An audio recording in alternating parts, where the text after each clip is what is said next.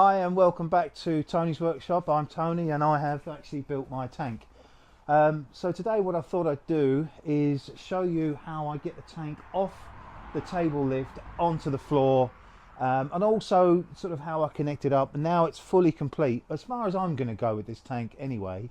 So I've got my figures, they're all working now. In a moment I'll show you how I connect those up, and we'll get the tank off the ramp onto the floor. And I'll talk you through some of the mods I did to the table to help me with that. But before I do that, I just wanted to say thank you for everybody that has followed me, subscribed to me, given me a thumbs up, and provided me some amazing comments through my journey. I never ever believed I would have this much impact on you guys. When I started recording this, I did it more of a record for me. And I thought it might help somebody out there, because as I said very early in my videos, that there was nobody out there for a novice like me to go and watch to see how you can put something like this together. So I did it for that reason, and I've just been blown away by the amazing support you've all shown me, and I really hope that you continue following me, because I've got lots more in the pipeline which I'll share with you at the end of this video. But for now, again, sincere thanks, completely humbled by all of it. And I'm not quite sure how to deal with it, but other than say thank you. I'm now going to reposition the camera. I'll bring the camera closer into what we're doing so you can have a better look, and then we'll take the tank off. And then I'll show you some of the training videos, some of the driving videos that I did when the weather was a little bit warmer than it is now, and a bit of a compilation of driving videos and some playing around with some basic sort of pyrotechnics. And then I'll close off by giving you some really interesting news, hopefully interesting news for you guys, and exciting news for me. So I'll reposition the camera and I'll be back very soon. Right, so wanted to show you this first. So these are my tank commanders. I've got my two grandchildren here today, so if they come into picture, just say hello. All right. So I'm trying to film this with my two grandchildren. So these are my tank commanders. They're amazing. They're all fully sort of animatronics, if that's the right term, I don't know. But all I know is there's a guy called Sim from Churchill Creations. Massive big respect out to that guy. I found him on the internet and recommended through the Armortek website. So basically you buy two 12-inch figures, or how many you want. You send them off as donor figures. He comes, he does a load of work to them, brings them back, brings them to life, turns them into magical creations. So easy to install. He sends them with these little baskets that you just silicone through. The only thing I'd say is that when he sends them back to you, he takes the arms off, because otherwise they will not pass through the sort of the turrets, on the hatches in the turret, in the top of the turret. So what I've done is I've hardwired these back to the battery through the escape hatch here. It's also how I present my charging cables, so I can charge my batteries through my C-Tech battery conditioners. And that, I just find that that's actually the most convenient way to do it. With the turret, I've only got two wing nuts on this turret. I don't think you need any more. It's just to stop it from inadvertently bouncing off if something ever happened. I'm now going to just pop this into position, but I'm going to pass the leads through the hatch like a so. Pop the turret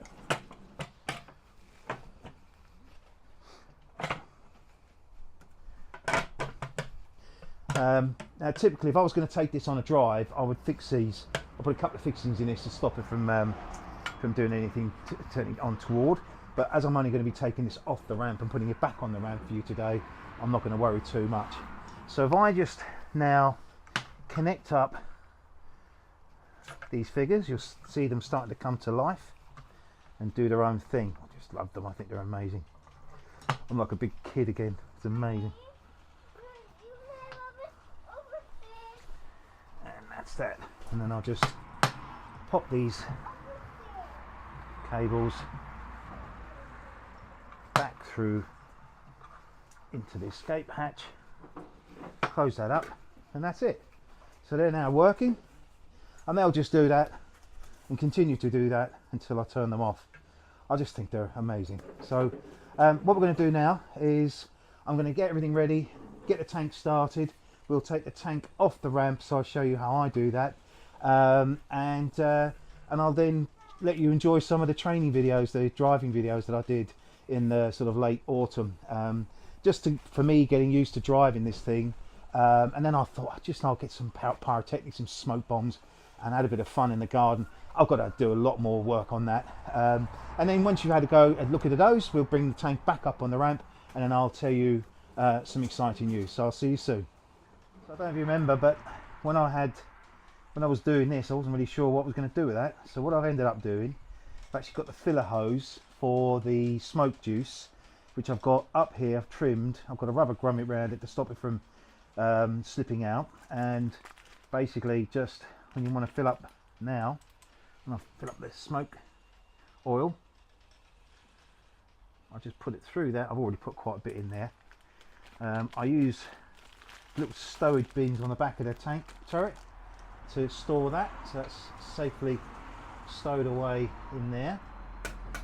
I've also got just a bolt which I just put back in that, just hand tighten that in, and that's just to stop any air getting in. Put that over, so this is the use I've found for this, but I don't know whether that's the right thing. Now I'm going to do is, this is actually elevated at the moment, so just so I can service the tracks. So I'm going to now drop this down. This is the first part of the procedure of getting the tank off the table jack. Just dropping that down, and I've made this pit almost underneath, which I will show you once the tank's off. You can see the tank starting to drop down, and that's it. It's now free, and that'll allow the tank to drive off without any interruptions whatsoever. So the very first thing I do is always turn the handset on first. So turn the handset on first before you turn the tank on. What you don't want is this thing coming to life without controlling it, and then driving off and doing some damage, because this thing will do some damage. Next thing I'll do is I'll turn the power onto the tank, and then I'll turn the smoke on. Just drop that hatch down, and I'll just rotate this barrel around.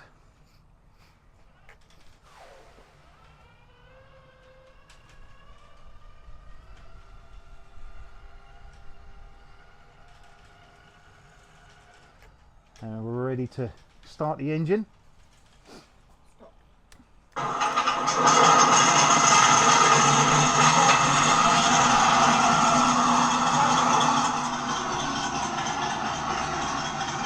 Right, so I'm just now going to take the tank slowly off the ramp. Nice and easy.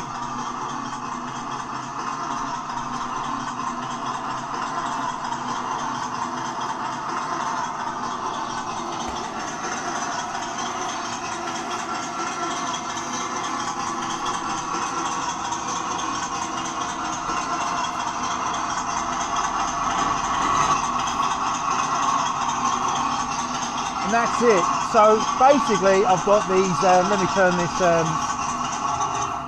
turn the engine off. So I've got the mats down on the floor, and that's really just to stop the gravel getting into the tracks, getting brought around the idler wheel and potentially breaking a link. And so I didn't want to damage any of that. So that's the basics of getting the tank off the table lift. What I'm going to do now is I'm just going to show you what I've done to the sort of the mods I did to the,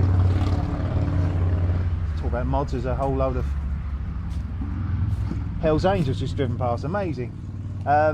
So let me just turn the tank off, because I don't want that going off and doing its own thing. Telemetry lost. Turn the tank off and then the radio set. As I said, you do not want this thing going off and doing its own thing. So basically this is just a standard disabled ramp which you can use to drive your tank on and off off the table lift, or even get it into the back of your car. I've got a trailer, so I can just drive the tank onto the trailer. So hello, and this is my table lift here. And what I've done with the table lift, is adapt it. So I've just screwed a piece of 18mm ply, screwed and glued it to the top of the table lift, because let's face it, I'm not going to use this table lift for anything other than my tank now. Then I've elevated it again with just another layer of ply here, just so that when the tank tracks hit this, it elevates it slightly to allow the motorcycle jack to sit underneath the tank, because this is just a little bit too tall, and the clearance underneath the tank is just a little bit too short. So this allows this to pass over, the tank to pass over this, and then I can wind this back up to elevate the tank back up to stop it from inadvertently driving off if it does get out of control. And it also allows me to service the tracks, brush them off if there's any gravel or dirt on them as well. So what I'm going to do now is let you enjoy some of the videos that I did during the summer, some of the driving videos, just while I was training and training myself to drive the thing. I also played around with some pyrotechnics. I mean, I've got a long way to go on that, but it's a bit of fun. Hope you enjoy it. And then when you've had a look at those, we'll come back and I'll get the tank back up on the ramp, and then I'll let you know some of the news I've got of the next plan. So enjoy, and I'll see you soon.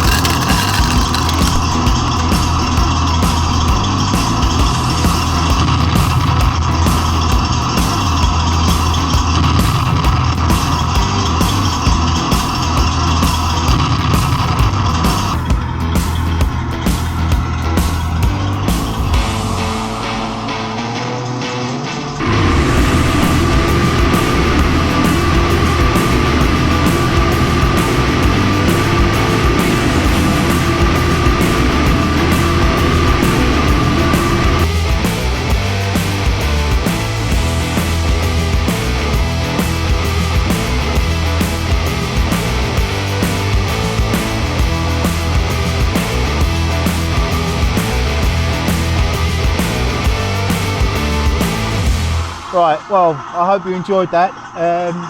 Got lots more to share with you, but let's get this tank back up on its ramp. So what I'm going to do now is I've already got it reversed. We'll just start bringing it slowly back up. Less is more, as always.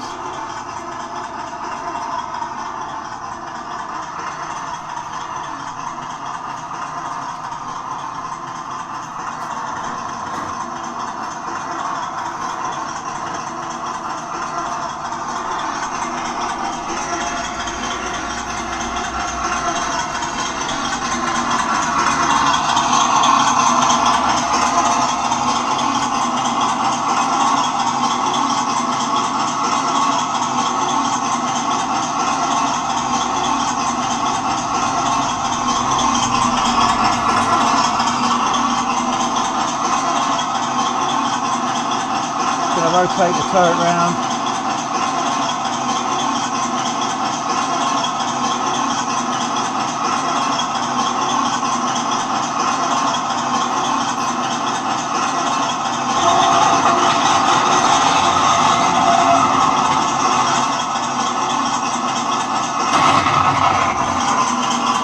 Love this tank, absolutely love this.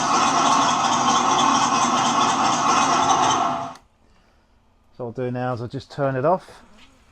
Again, always turn the tank off first, turn the smoke off, and then turn the handset off.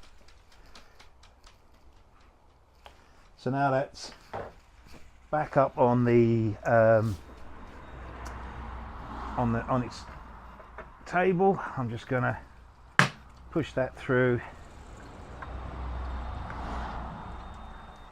push my leads through, ready to, if I need to charge it again.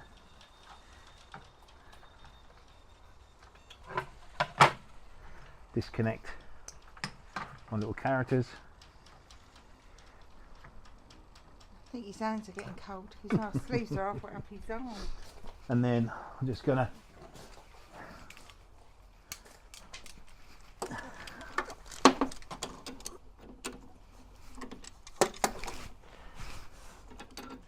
talk amongst yourselves while I'm doing this. Just get this tank elevated again. You can see the tank starting to lift. I don't suppose you have to do this, but I think it's probably better, just in case when you're messing around with it and you inadvertently turn it on and it's got a mind of its own, it can end up driving off. But also it just allows me, as I said before, to service the track, to make sure there's no dirt or grit inside. So that's it for that. So you can see it's really easy. I mean, these are relatively inexpensive things, but they make your life a lot easier. I guess the only thing I'd say with the disable ramp, if you're going to drive it onto the back of your car, make sure you've got a really heavy duty blanket to put over the back of the car, because it will scratch your paintwork. But I mean, this will take a higher lift as well. So if I was to, for instance, raise this table up, this will drive off at a high lift, but I dropped it down to its lowest position. So in a moment I'm going to just do a final sign off to camera, but I thought I'd just show you that. I'm going to pack all this away and I'll see you shortly. So that's it, my Tiger is safely stowed away for today, and as you can see it's actually quite straightforward, as long as you've got all the right equipment like the table lift and the ramp and the little scissor jack. And I think without that, I think you're going to struggle really to be able to, you know, to get this tank moving around. So you're going to make the investment of one of these tanks, I would seriously recommend all the equipment that I've shown here. I mean, the table lift can be expensive, but the other elements are very, very inexpensive and really easy to get hold of. So I just wanted to say before we sign off, again, hope you enjoyed the driving videos. Got lots more of those I'm planning anyway.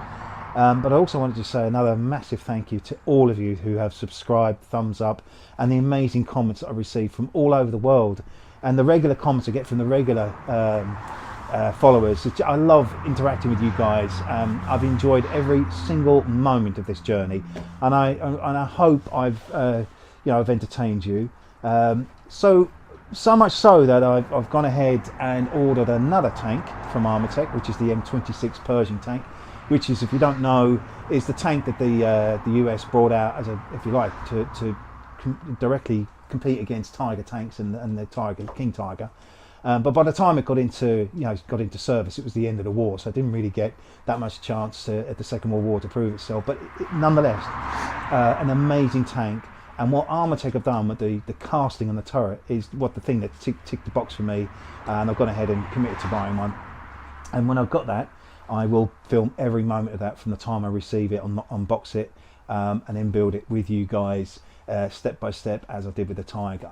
But in the meantime, I decided I was going to do something else, and I thought, well, I love this Tiger tank, I love driving it in my garden, but I want some obstacles, so I decided I'm going to build a bridge. Well, actually in the process of building this scale bridge for my Tiger to drive over. Now this isn't the finished thing. There's a separate playlist on my channel which is all about this bridge, and sort of the background to it and how I'm building it and the why I'm building it, and everything else. So I really hope you enjoy watching that or follow that. But in the meantime, again, I just want to say huge thank you to every one of you that has supported me, followed me, thumbs up and comments. I've thoroughly enjoyed the whole experience, and I'm going to sign off by saying I'm Tony, I've just built a tank, and I will see you real soon.